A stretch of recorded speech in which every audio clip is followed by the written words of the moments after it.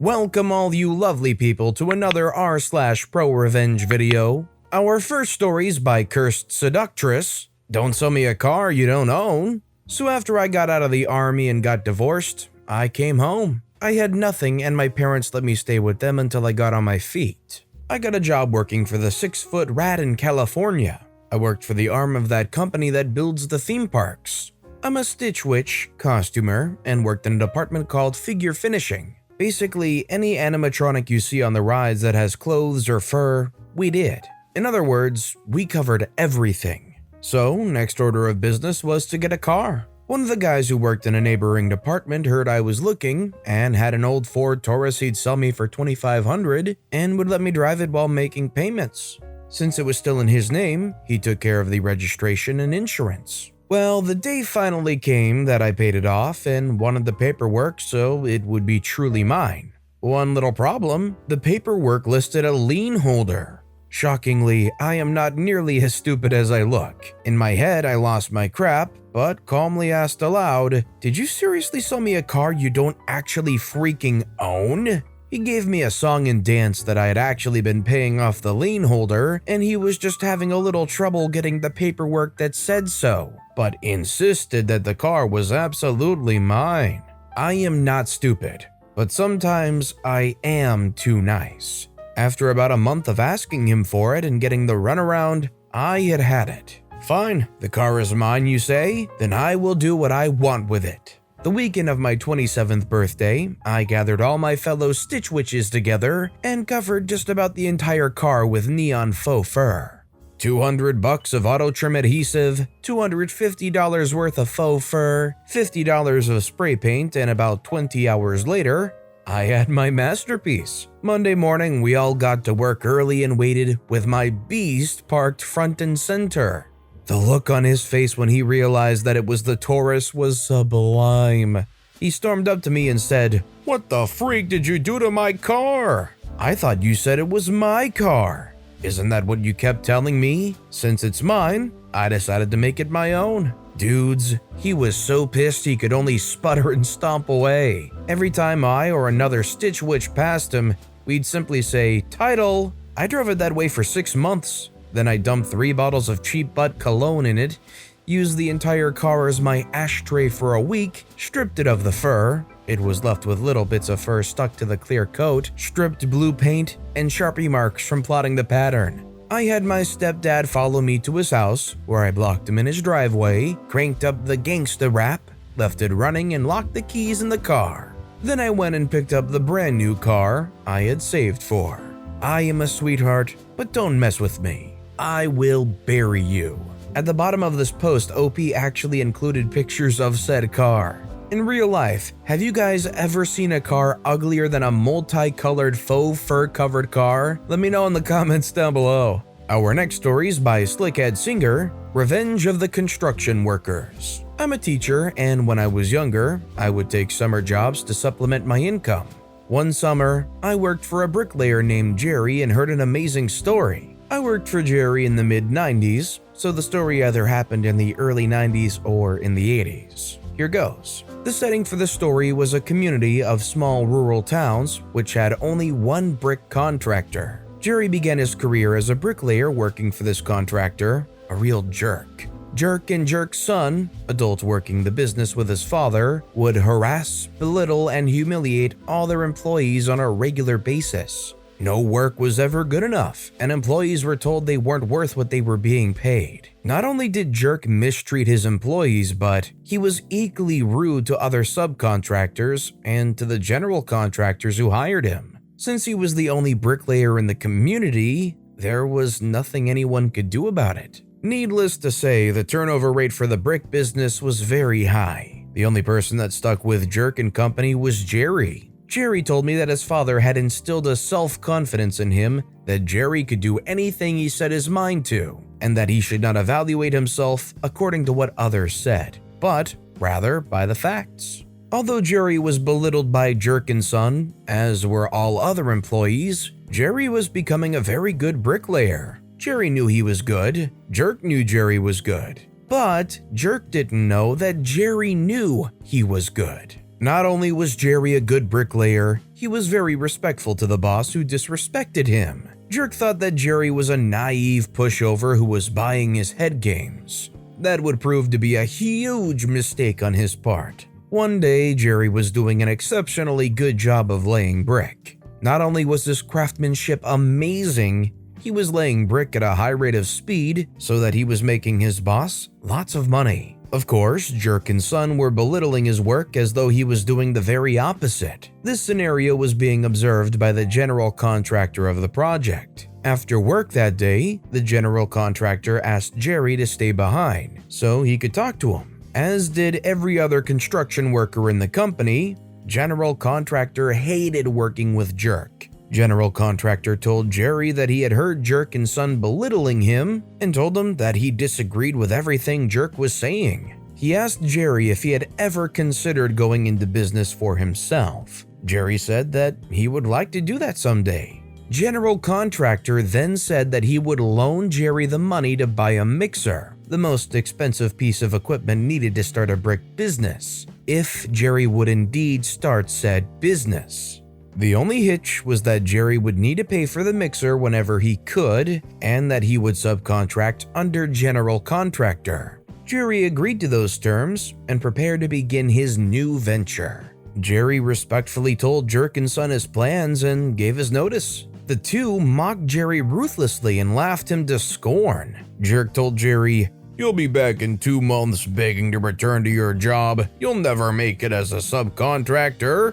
2 months later, rather than collapsing as Jerk predicted, Jerry was still in business and going strong. 1 year later, Jerry's business was booming, and a drunk Jerk showed up at Jerry's house and begged him to come back to work with Jerk and Son. "Jerry, you're the best employee I ever had." Jerry replied, "Why didn't you ever tell me that when I was working for you?" Jerk couldn't answer the question, and Jerry obviously didn't accept the offer for employment. 2 years after beginning his entrepreneurial adventure, Jerry heard that Jerk and Son went out of business. Jerry said that he never intended to harm Jerk and Son when he accepted general contractor's offer. He said that looking back on things, he realized that he had become Jerk's greatest nightmare. I can't say that general contractor intended no harm. I thought the most amazing thing about the story was how Jerry maintained his self-esteem in spite of all the ridicule.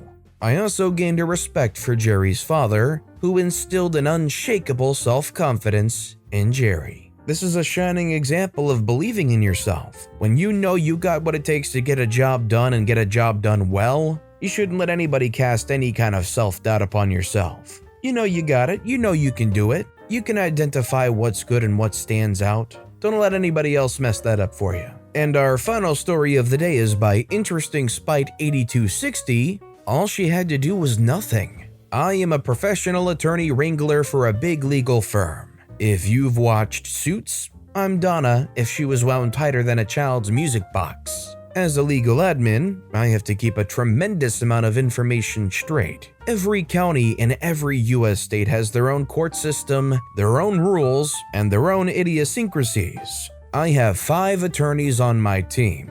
Despite the TV shows, it's pretty unusual for a lawyer to have a special secretary all their own unless they're very important. So 5 is a solid number. Because of the nameless death that took over the world last year, a secretary that left in January 2020 has not been replaced yet, and I've been babysitting one of the partners, Bingley, in the meantime.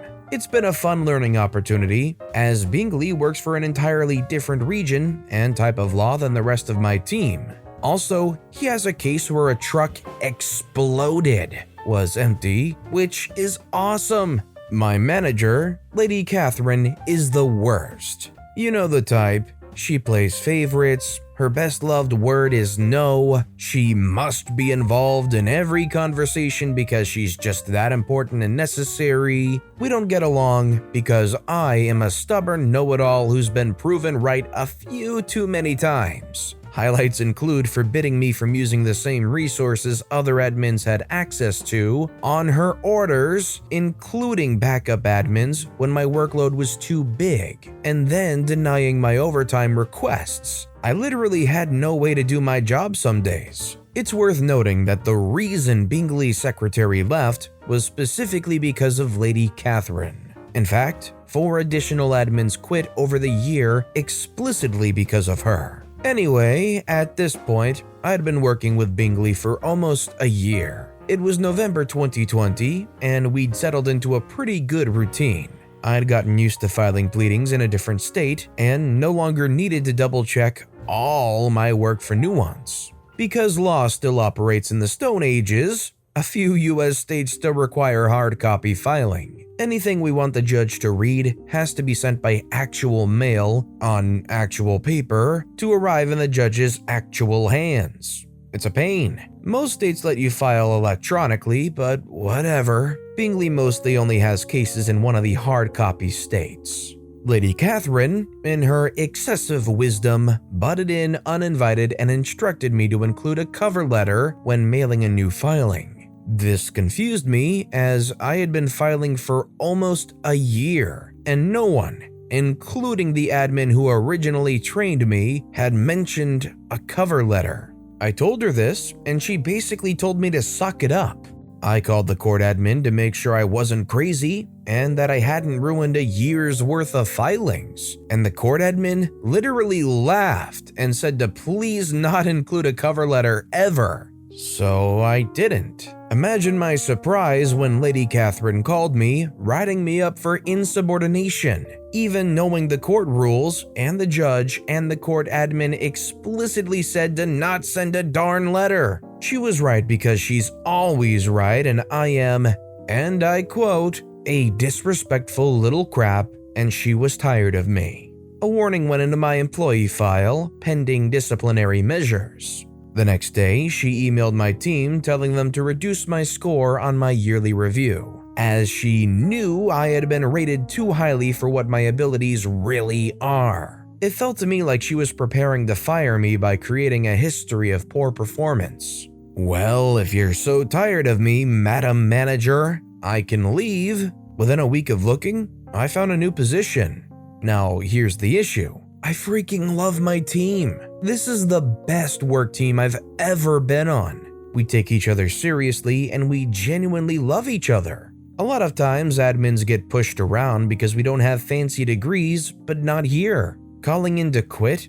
I cried. I cried a lot. I cried to the point that one of the partners, Bennett, asked if I wanted a counteroffer. I said no because that wouldn't solve anything. He asked what I meant. I told him. I told him about the write-up. I told him how she was trying to falsify my employee review after it had been submitted. I told him the reason 5 admins had left. I told him about how I wasn't allowed to ask for help.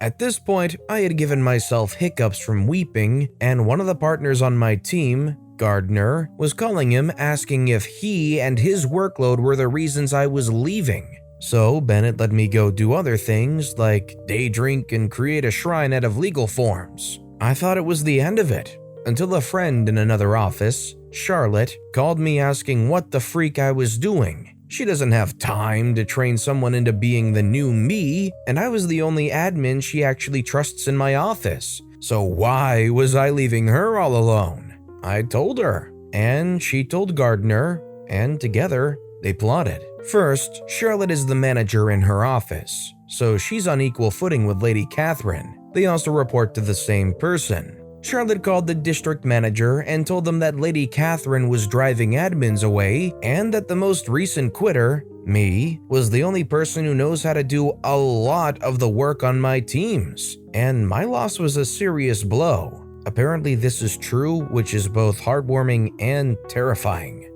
Meanwhile, Gardner called up a fellow partner and told her that his world would collapse in on itself if I left. He would go to the nearest bridge and jump off it, which would be pretty impressive in a landlocked state. They had to do something. I got a call the next day from Bennett saying they had a counteroffer they were really hoping I'd take. Basically, instead of Lady Catherine, I would report directly to Gardner. Lady Catherine would be forbidden from interfering with me without first asking Gardner for his permission. This solved the issue, and I got to stay with my team, so I happily accepted. I thought the debacle was over. The debacle was not over. Unbeknownst to me, after looking at the evidence, exit interviews, emails, memos, Bennett put Lady Catherine on a performance improvement plan and she did not get an end-of-year bonus or raise. Turns out I had been absolutely correct. Lady Catherine's behavior and treatment had been the explicit cause that 6 secretaries quit in less than a year. I got a call last week from Charlotte. I figured she wanted to gossip about coworkers or rant about how a shared client is a big old headache, but it was actually to give me a heads up. Lady Catherine had been stripped of her management duties. I no longer had any contact with her, which was great. But it also meant I didn't see that her behavior had actually doubled down on the admins unfortunate enough to still be under her thumb. She had missed every single one of the benchmarks on her performance improvement plan. Charlotte had called me to ask my opinion on who should be the new manager, as I know everyone and she was helping cover some things as an outside manager. Now, I know some of you are thinking, yes, become the manager and fire Lady Catherine. But I am not a sadist. I want to stay on my team and do what I do best, which is being a cheerfully annoying, respectful little crap. I told her one of the more senior admins would probably need some guidance, but would be amazing at it. No one has to deal with Lady Catherine anymore. She is now a mere paralegal and not anyone's manager at all. If she had just left me alone and not interfered where she wasn't needed, none of this would have happened. All she had to do was nothing. Micromanagement and an inflated self-sense of worth, just a terrible mix. Feeling the need to try and innovate or put their own spin on everything, it just kind of creates headaches for everybody all over the place. I've definitely experienced working with people like that before. It is no fun, and those kinds of people quickly get bounced out because of it. But with that being said, that's all the time we have for today. So if you have a favorite story of the day, let me know which story and why in the comments down below. But besides that, if you enjoyed the video, please consider giving it a like, and if you haven't, subscribe and turn notifications on so you'll never miss an upcoming video. No matter what you do, whether it's just viewing the video, liking, subscribing, turning notifications on, I appreciate the heck out of it. Every little thing that you do helps the channel grow that much more, and I can't thank you enough for it. So until next time, I hope you all have a wonderful day, and I'll be right here next time on the Storytime channel.